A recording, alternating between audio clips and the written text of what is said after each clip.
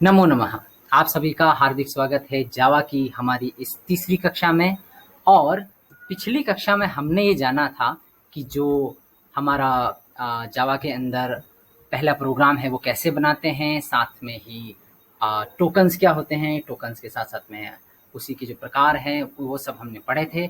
और अब हम लोग इस कक्षा में पढ़ने जा रहे हैं कि वेरिएबल्स क्या होते हैं, डेटा टाइप्स क्या होते हैं, और जावा में ऑपरेटर्स क्या होते हैं, जावा में कितने प्रकार के ऑपरेटर्स होते हैं। तो ये सारी चीज़ें हम लोग जानेंगे। और जो ऑपरेटर था ये उसी का एक रहा हुआ हिस्सा है जो कि हम लोग इसमें कवर करेंगे। लेकिन ऑपरेटर को जानने से पहले हमें थोड़ा सा ये जानना पड़ेगा कि वेरिएबल क्या होता है, किस प्रकार से काम करता है। तो वेरिएबल उस मेमोरी स्थानों या मेमोरी लोकेशंस का नाम है जहां पर डेटा स्टोर होता है। यह आइडेंटिफायर की श्रेणी में आता है। प्रोग्राम के एग्जीक्यूशन के दौरान वेरिएबल की वैल्यू को बदला जा सकता है। वेरिएबल का नाम अल्फाबेट्स, डिजिट्स, अंडरस्कोर, डॉलर और कैरेक्टर का समूह होता है, जो कि हम लोग पहले समझ चुके हैं। तो वेरिएबल को हम मोटे मोटे शब्दों में ये कह सकते हैं कि ये केवल और केवल हमारे लैपटॉप कंप्यूटर के अंदर एक मेमोरी है जिसको हम लोग एक नाम दे देते हैं, और बाद में जरूरत पड़ने पर हम उसमें वैल्यू स्टोर भी करवा सकते हैं और वापस जो वैल्यू है उसे गेट भी कर सकते हैं। इसके बाद में हम लोग जानते हैं कि डेटा टाइप क्या होता है। जावा में प्रत्येक वेरिएबल का एक डेटा टाइप होता है। डेटा टाइप वेरिएबल में स्टोर होने वाली वैल्यू के प्रकार तथा साइज को प्रदर्शित करता है कि उस वेरिएबल में किस प्रकार का डेटा स्टोर किया जा सकता है और उसकी साइज कितनी हो सकती है। तो जावा में जो डेटा टाइप्स होते हैं वो इतने प्रकार के हमारे पास में अवेलेबल हैं। सबसे पहले आता है बाइट, जिसमें कि 1 बाइट हम लोग स्टोर कर सकते हैं। और जैसे अगर आपने सी प्रोग्रामिंग में पढ़ा हो वैसे ही सेम जो है मैक्सिमम और मिनिमम वैल्यू इसमें अवेलेबल है। डिफ़ॉल्ट इसकी वैल्यू 0 होगी। अगर आप इसमें कुछ नहीं देंगे तो उसमें 0 तो रहेगा ही रहेगा। फिर बात आ जाती है शॉर्ट। शॉर्ट 2 बाइट लेता है और जो साइज़ यहाँ पे अवेलेबल करवा रखी है हमें, तो इस तरह से अवेलेबल होती है। मैं इन सबको कवर नहीं करने वाला हूँ, मैं बस बताने वाला हूँ कि इनमें किस किस तरह से क्या क्या हो सकता है। तो ये आ गया हमारे पास में इंट यानी इंटीजर टाइप की जो भी वैल्यूज़ होगी नंबरों वाली, वो सब हम लोग इसमें करेंगे। फिर होता है कि इंटीजर में ही हमारे पास में अगर थोड़ा ज़्यादा बड़ा डेटा है तो उस वक्त हम लोग लोंग का यूज़ कर लेंगे। अगर हमारे पास में दशमलव वाली संख्याएं हैं तो उसके लिए फ्लोट, दशमलव में भी बहुत बड़ी सारी संख्याएं हैं तो फिर उसके लिए जो है वो डबल का यूज करेंगे। ऐसे ही कैरेक्टर में एक कैरेक्टर स्टोर कर सकते हैं। और बुलियन का आपको पता ही है, ये 1 बाइट लेगा और 1 बिट लेगा, सॉरी। और इसमें केवल ट्रू या फॉल्स जाएगा। और इसके अंदर ये जरूरी चीज है कि हमेशा फॉल्स डिफॉल्ट रहता ही रहता है अगर हम लोग कोई भी वैल्यू नहीं देते हैं। अब हम लोग ये जान लेते हैं कि वेरिएबल को डिक्लेयर कैसे करना होता है, फिर स्टोर कैसे करानी होती है वैल्यूज। तो जावा में वेरिएबल को निम्न प्रकार से डिक्लेयर किया जा सकता है। कैसे? इंट दिया आपने और मैक्स जो भी वेरिएबल का नाम है वो, तो ये तो है आपका डेटा टाइप इंट, और मैक्स जो है वेरिएबल का नाम है। ऐसे ही यहाँ पे फ्लोट जो है वो आपका डेटा टाइप है, और पी जो है या जिसे हम लोग पाई कह रहे हैं वो एक वेरिएबल का नाम है। अब इसमें वैल्यू कैसे स्टोर कर सकते हैं? तो वेरिएबल में स्टोर वैल्यू जो करनी होती है वो कैसे करनी होती है? जावा में किसी वेरिएबल को डिक्लेयर करने के बाद तथा उसको प्रयोग में लाने से पहले वैल्यू स्टोर होना आवश्यक है। वैसे और मतलब वैसे तो मिलेगी भी कैसे आपको वैल्यू? तो इंट x इक्वल टू 103, इसके बाद के अंदर हमें सेमीकोलन भी देना पड़ता है।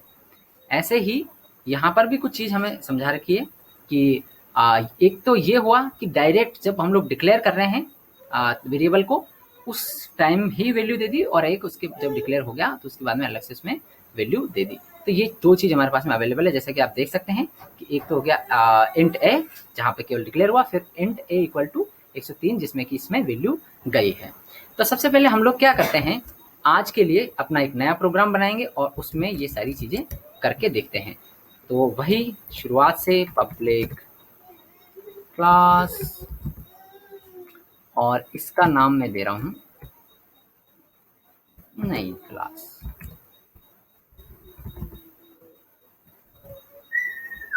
ओके, फिर वही पब्लिक स्टैटिक वॉइड मेन और इसमें हो गए स्ट्रिंग के आर्ग्यूमेंट्स।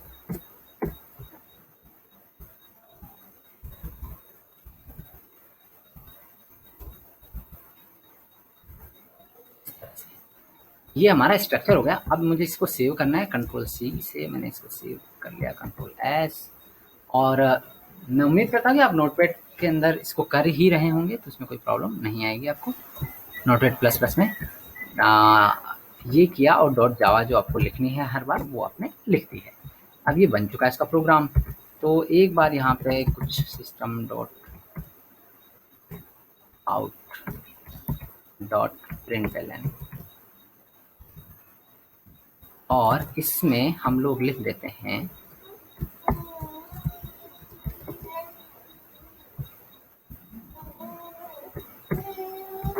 नमो। ओके, मैं करता हूँ सेव। इसके पश्चात में आपको क्या करना पड़ेगा, CMD ओपन करना पड़ेगा। CMD में हमारी F ड्राइव में जाना होगा, F ड्राइव में चले गए। उसके बाद में CD जावा का प्रो, देन शायद ये कहीं और नहीं, ये E ड्राइव में है। अभी हमने इसको E ड्राइव के अंदर इसमें स्टोर किया है। सो हम लोग क्या करते हैं कि E ड्राइव में हम लोगों को जाना पड़ेगा। ये हम लोग गलत है, F ड्राइव में, E ड्राइव में गए। सॉरी, E ड्राइव, इसके अंदर CB, और उसमें जाना है जावा वाले फोल्डर में, चले गए। अब हमें जो हमारा प्रोग्राम है वो कंपाइल करवाना है, तो जावा C, और जावा C के साथ में क्या करना है, जो हमारी क्लास का नाम था फाइल का, जावा, ये किया। तो इसने प्रॉब्लम बता दी कि ये जो C है ये बड़ा था, आपको इसको छोटा रखना चाहिए, और मैंने उस एरर को रिजॉल्व भी कर दिया और अब ये सही तरह से कंपाइल हो गया। अब मैं क्या करता हूँ, इसको केवल जावा किया मैंने और नहीं कर दिया, बस ये नमो नमः आपका आउटपुट आ चुका है, यानी ये सही से काम कर रहा है। अब हम लोग आते हैं कि किस तरह से वेरिएबल को डिक्लेयर करते हैं। पहले देते हैं हम लोग डेटा का टाइप, जैसे कि इंट दे दिया मैंने। वेरिएबल का नाम, जैसे वेरिएबल का नाम दे दिया मैंने नंबर, और उसमें मैंने स्टोर करवा दिया। जैसे फिलहाल के लिए इसे तो बोलते हैं वेरिएबल को डिक्लेयर करना। और जब भी हम लोग वेरिएबल में पहली बार वैल्यू देते हैं तो उसको बोलते हैं वेरिएबल का इनिशियलाइजेशन। इसमें मैं वैल्यू दे रहा हूँ यहाँ पर कि जैसे कि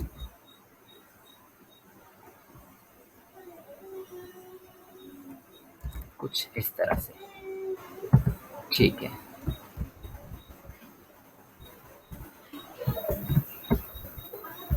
चलिए इसे सेव कर दिया मैंने, और यहाँ पे आया मैं, और इसको सबसे पहले जावा C से कंपाइल कर लेते हैं। कंपाइल हो गया, फिर इसे किया तो ये देखिए आ गया आपका 120। 120 कहाँ से आया है, तो ये 120 आपका आया है यहाँ से। ये 120 हमने स्टोर करवाया था, ये हमारा डेटा टाइप, ये वेरिएबल का नाम, और वेरिएबल के नाम में इस वेरिएबल में हमने स्टोर करवा दिया 120, और उसी को हमने यहाँ पे println में दे दिया, तो डायरेक्ट उसने प्रिंट कर दिया। अब अगर मैं इसकी कोई भी वैल्यू चेंज करता हूँ तो वो वैल्यू चेंज हो जाएगी, और उस तरह से हम लोग उसको कर सकते हैं। तो ये हुआ कि हम लोग किस तरह से इसको यूज़ कर सकते हैं। ऐसे ही फ्लोट का भी होता है, तो एक एग्जांपल मैं आपको फ्लोट का भी बता देता हूँ। तो नंबर में मैंने क्या कर रहा हूँ कि कुछ इस तरह से ले लेता हूँ, और सेम चीज़ मैं वापस यहाँ पे आपको एक बार करके, सॉरी पहले ये कर लिया, ये इसमें इशू आ गया। इसने कहा पॉसिबल लॉसली कन्वर्जन डुअल फ्लोट, ठीक है। उसने कहा कि भाई इतना ज़्यादा बड़ा मैं सहन नहीं कर सकता हूँ, थोड़ा छोटा दो मुझे। ये क्या कह रहे हैं, अरे भाई ले लो यार, ठीक है अब ले लोगे, ओके। अब भी नहीं कह रही, तो कोई बात नहीं, हम लोग क्या करते हैं इसे डबल में बना लेते हैं, ठीक है। ये वेरिएबल का जो टाइप है वो डबल टाइप का बन गया है। अब हम लोग यहाँ पे आते हैं, वापस से कंपाइल करना है, और कंपाइल हो गया। अब क्लास को किया एग्जीक्यूट, ये देखिए 1.44 जो आपका आ चुका है सही से। तो इस तरह से हम लोग वेरिएबल को बनाते हैं, इसके साथ में इसको यूज़ करते हैं। अब हम लोग बढ़ेंगे आगे की ओर, जिसमें हम लोग ये जानेंगे कि भैया हमारे पास में जो ऑपरेटर्स हैं वो कैसे काम करते हैं, वो क्या होते हैं। अब जानते हैं ऑपरेटर्स के बारे में। ऑपरेटर कुछ ऐसे चिन्ह होते हैं जो एक या एक से ज़्यादा आर्गुमेंट पर कार्य कर परिणाम प्रदान करते हैं। इसका प्रयोग प्रोग्राम में डेटा और वेरिएबल में की वैल्यू में बदलाव करने के लिए किया जाता है। जावा में जो आगे इन्होंने बता रखे हैं उतने ऑपरेटर्स होते हैं।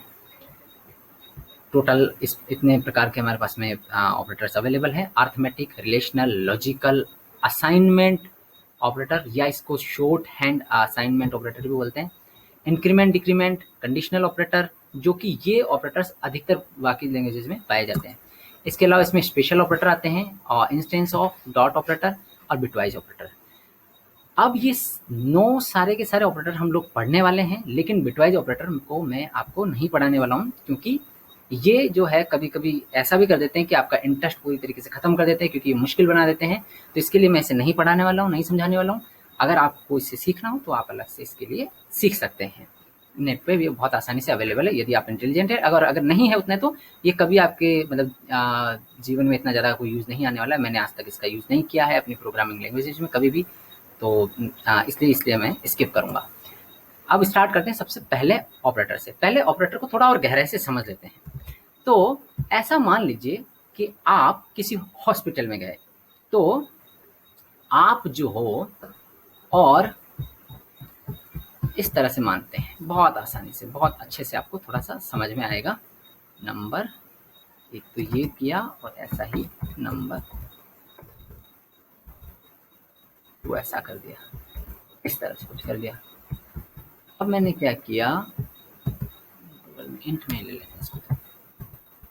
तो इंट का एक और वेरिएबल बनाया, रिजल्ट, और num1 को मैंने जोड़ दिया num2 के साथ में।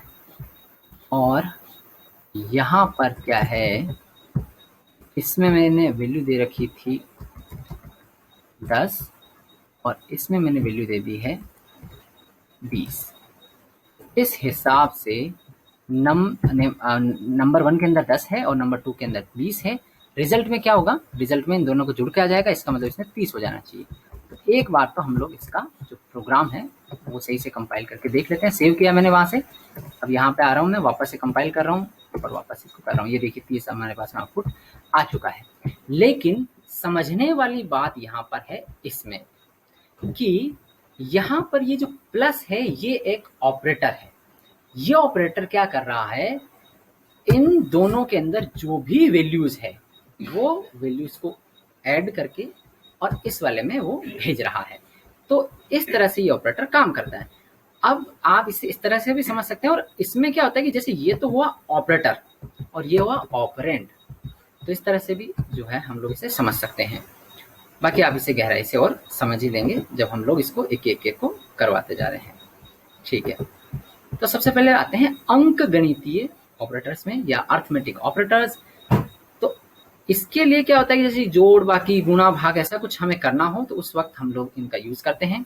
प्लस से हम लोग एडिशन कर पाएंगे, माइनस से सब्सट्रैक्शन, इस तरह से ही मल्टीप्लिकेशन, डिवीजन और इससे मॉड्यूलस निकाल सकते हैं। ठीक है, इस तरह से हम लोग जो है वो कर सकते हैं। तो सेम जगह अगर मैं इसको माइनस करना चाहता हूँ तो ऐसा चिन्ह का यूज करना पड़ेगा। अगर मैं इसको गुणा करना चाहता हूँ तो इस तरह का चिन्ह का, और अगर मैं इसको भाग करना चाहता हूँ तो ऐसे चिन्ह का, और अगर मैं इसमें से मॉड्यूलस यानी शेषफल निकालना चाहता हूँ तो इस तरह का यूज करना पड़ेगा। और यह आपके लिए बहुत इंपॉर्टेंट है समझना, क्योंकि इसके बगैर आप कुछ भी नहीं कर पाएंगे। तो जैसे मैं आपको बस गुणा का बता देता हूँ, बाकी आप अपने खुद के बेस पे ट्राई करेंगे। फिर से मैं कंपाइल कर रहा हूँ, फिर से मैं एग्जीक्यूट कर रहा हूँ। ये देखिए 200 आया है, क्योंकि जो 10 है वो 20 से गुणा हुआ है, बस इस तरह से। तो ये सबसे पहला ऑपरेटर था। अगला ऑपरेटर देखते हैं, रिलेशनल ऑपरेटर। रिलेशनल ऑपरेटर क्या करता है, रिलेशनल ऑपरेटर के द्वारा आप दो वेरिएबल की वैल्यूज को कंपेयर कर सकते हैं। ये ऑपरेटर ज्यादातर कंट्रोल स्टेटमेंट में यूज होते हैं जब आप लॉजिक बिल्ड करने की कोशिश करते हैं। अब इसके अंदर अगर आप यहाँ पे इस लिस्ट देखें तो इस लिस्ट में आप समझ पाएंगे थोड़ा सा ये है लेस देन, जो कि ये पूछता है क्या छोटा है। ये है लेस देन इक्वल टू, जो कि ये पूछता है छोटा है या बराबर है। और आपको यहाँ पे ये समझना पड़ेगा कि ये हमेशा ट्रू या फॉल्स में ही जवाब हमें देगा। तो मैं डायरेक्ट आपको जो है उसे समझा देता हूँ। तो मान लियो कि जैसे यहाँ तक अभी तक इनको आप कुछ मत मानना फिलहाल के लिए, ये एक कमेंट नाम की चीज़ होती है जो कि मैं आपको जल्दी ही समझा दूंगा, लेकिन फिलहाल के लिए आप ऐसे मान लीजिए कि इन लाइनों का कोई अर्थ नहीं है। अभी जो हम लोग कर लेंगे वो सब कुछ इसी में कर लेंगे। अब जैसे कि मैंने कहा क्या 5 बड़ा है 6 से, तो हमारा जवाब होता है नहीं, 5 बड़ा नहीं है 6 से, यानी नहीं मतलब फॉल्स। तो इसका आउटपुट हमारे पास में आना चाहिए फॉल्स। कंपाइल किया, ये रन किया, फॉल्स आया आपके पास में। तो ये ऑपरेटर बस ये बताता है कि इसके बीच में संबंध क्या है। और अगर मैंने इसको ऐसा कर दिया कि 5 छोटा है 6 से, तो इस वक्त ये जो है ये ट्रू आ जाएगा। फिर से मैं करता हूँ, कंपाइल किया और रन किया, बिल्कुल ट्रू आ चुका है।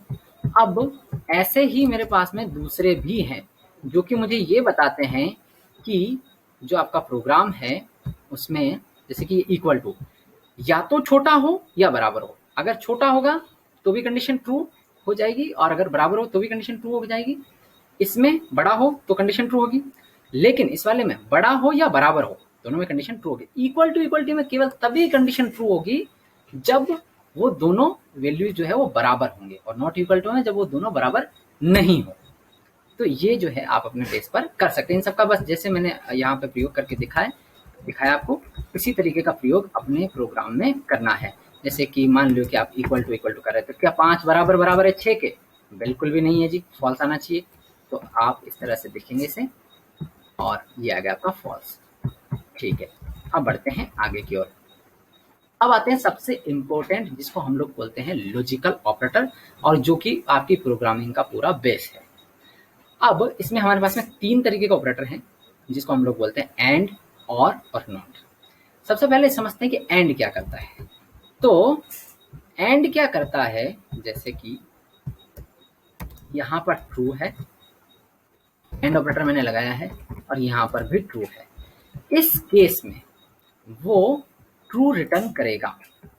आपको मैंने बताया, ये बताया। अब देखिए यहाँ पर अगर आप देखें तो ये ट्रू रिटर्न हुआ है। ट्रू रिटर्न इसलिए हुआ है क्योंकि सारी वैल्यूज ट्रू है, लेकिन अगर कोई एक भी वैल्यू फॉल्स हो गई तो वो हमें फॉल्स दे देगा। तो यहाँ पे मैंने फॉल्स दे दी, तो इस बार भी वो क्या करेगा, हमें यहाँ पे फॉल्स दे देगा। कंपाइल किया मैंने, ये रन किया, ये देखो फॉल्स आ चुका है। अब ये यहाँ पे मान लियो कि यहाँ पे ट्रू कर दिया, यहाँ पे फॉल्स कर दिया, उल्टा कर दिया मैंने, तो भी आउटपुट जो मेरा फॉल्स ही आएगा, क्योंकि ट्रू तो केवल तभी आ सकता है एंड ऑपरेटर में जब हम लोग सारे के सारे जो है वो ट्रू देंगे। तो सबसे पहले वो ये चेक करता है, फॉल्स मिलता है तो यहीं पे बाहर निकल जाता है, वरना वो आगे के लिए भी चेक करता है। ठीक है, ये हुआ आपका एंड ऑपरेटर। इसमें आप सीधा सीधा याद रखिए, जब सारी कंडीशन ट्रू होती है तभी ट्रू करता है, वरना फॉल्स करता है, सिंपल सा।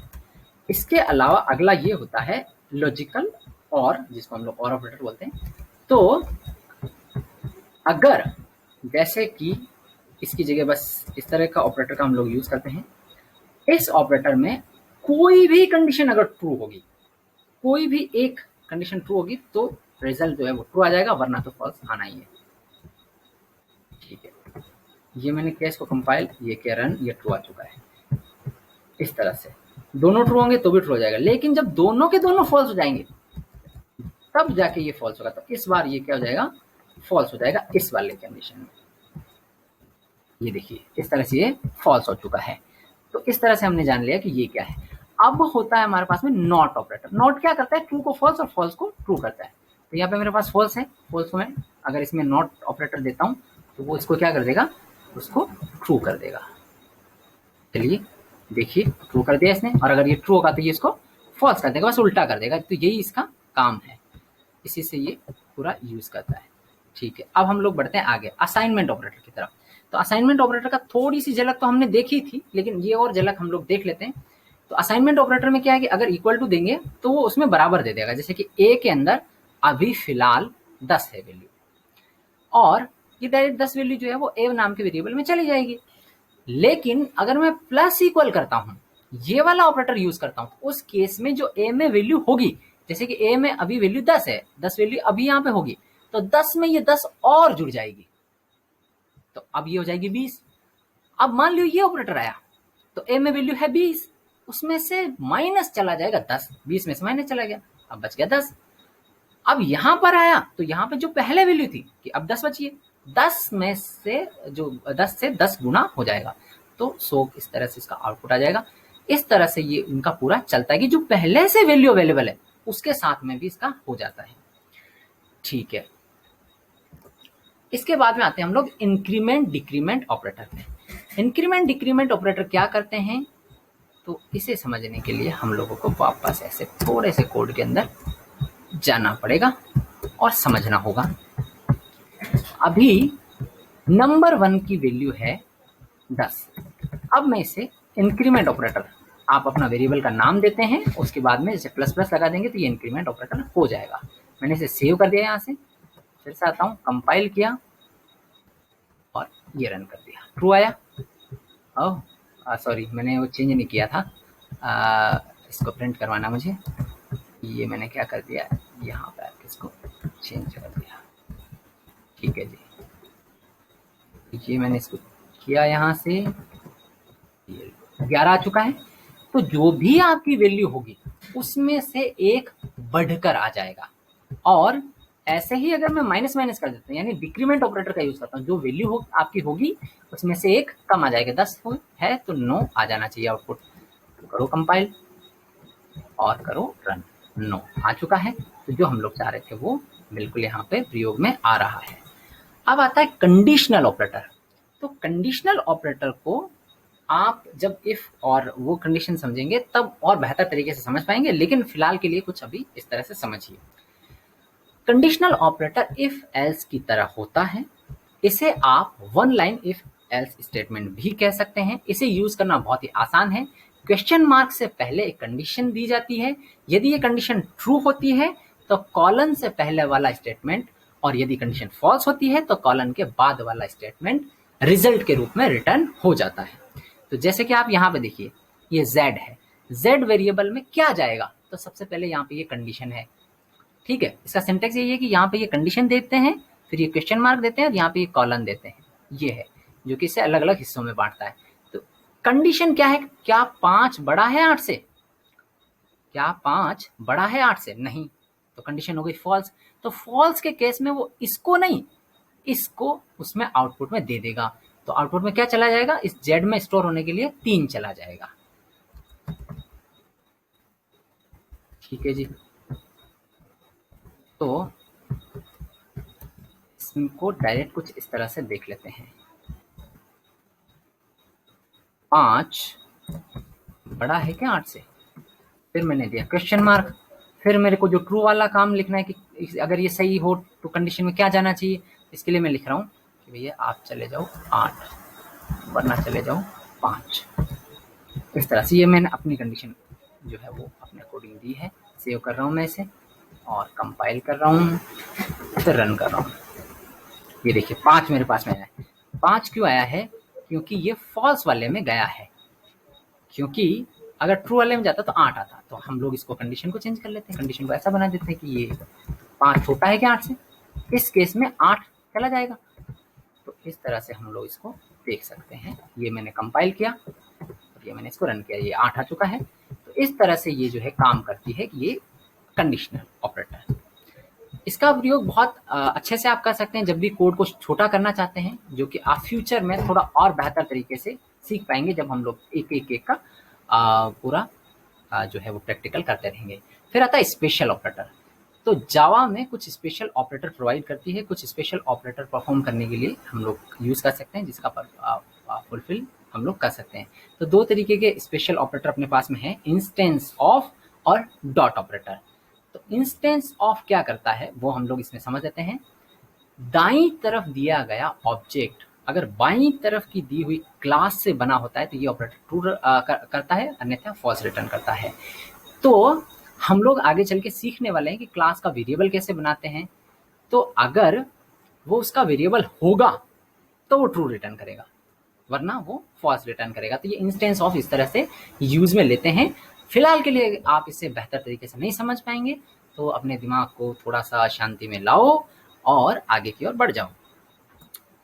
डॉट ऑपरेटर, तो जब भी हम लोग कोई वैल्यू एक्सेस या फिर कोई मेंबर हम लोग एक्सेस करना चाहेंगे, जैसे कि उसका वेरिएबल या उसका मेथड, तो हम लोग ऐसे डॉट का यूज करेंगे, जो कि आगे चल के आप और बेहतर तरीके से समझ पाएंगे। तो इस चीज को भी अपने दिमाग पर बोझ ना बनने दें और आगे बढ़ जाइए। ये केवल यहाँ पे रेफरेंस के लिए है, ताकि आपको पता रहे कि इतने तरीके के ऑपरेटर अपने पास में होते हैं। फिर होता है कॉन्स्टेंट्स। तो हम लोग ये भी जानेंगे इस क्लास में कि कॉन्स्टेंट्स क्या होते हैं और कैसे जो है वो काम करते हैं। तो कांस्टेंट को पहले भी हमने थोड़ा सा समझा था कि जो स्टैटिक वैल्यू रहती है, जिनकी फिक्स वैल्यू रहती है, जो प्रोग्राम के दौरान बदला नहीं जा सकता है, वो कांस्टेंट होते हैं। तो उसमें से हम लोग कुछ एक चीज़ अभी सीख रहे हैं कि बैकस्लैश कैरेक्टर्स का कांस्टेंट्स क्या क्या होते हैं। तो जैसे अगर आप कभी भी एक रिमूव करना चाहते हैं तो आप /b लगाएंगे तो रिमूव हो जाएगा। तो इस चीज़ को मैं आपको समझा देता हूँ, एक इम्पोर्टेंट पार्ट भी है इसका। फिलहाल के लिए मैं इससे सब कुछ हटाकर और केवल स्ट्रिंग रख रहा हूँ। इस स्ट्रिंग में मैंने लिखा राम है। इसमें मैं चाहता हूँ कि आई हट जाए, तो आई हटाने के लिए / लगाया और b लगाया। तो इससे क्या होगा, एक कैरेक्टर जो है आपके इसका हट जाएगा। मैंने सेव कर दिया। अब मैं क्या कर रहा हूँ, इसको कंपाइल किया, एग्जीक्यूट किया, राम सॉरी, तो वर्क ही नहीं किया। देखते हैं क्या कमी रहेगी, क्या प्रॉब्लम होगी। तो /p